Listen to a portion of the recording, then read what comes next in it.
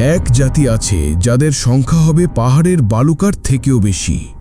তারা যখন বের হবে ভেঙে পড়বে মানবতার নিরাপত্তা। এরা কারা জানেন? আল্লাহু আকবার, আল্লাহু আকবার। কোরআনে আল্লাহ তাআলা সূরা কাহাফে যুলকারনাইনের ঘটনা উল্লেখ করেছেন। একদল মানুষ তাকে বলেছিল, ইন্না ইয়াজুজা ওয়া মাজুজা মুফসিদুনা ফিল আরদ, নিশ্চয়ই ইয়াজুজ মাজুজ পৃথিবীতে ফিতনা সৃষ্টি করছে। তখন যুলকারনাইন একটি বিশাল প্রাচীর তৈরি করেছিলেন লোহার টুকরা আর গলিত তামা দিয়ে। এই প্রাচীরের আড়ালেই আজও বন্দী রয়েছে ইয়াজুজ মাজুজ, কিন্তু এটি চিরস্থায়ী নয়।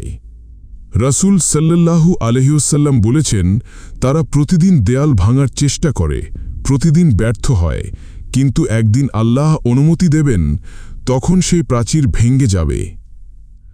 ভাবুন তো, কোটি কোটি ইয়াজুজ মাজুজ দলে দলে পৃথিবীতে ছড়িয়ে পড়ছে, পানি শুকিয়ে যাচ্ছে, খাদ্য শেষ হয়ে যাচ্ছে।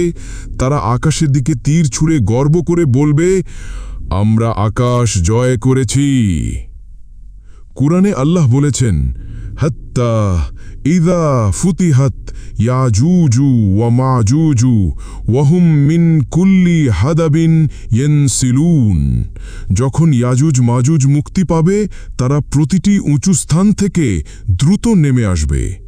সূরা আম্বিয়া ৯৬। এটা হবে কিয়ামতের এক ভয়ানক আলামত। প্রশ্ন হল, আপনি কি প্রস্তুত আছেন সেই দিনের জন্য?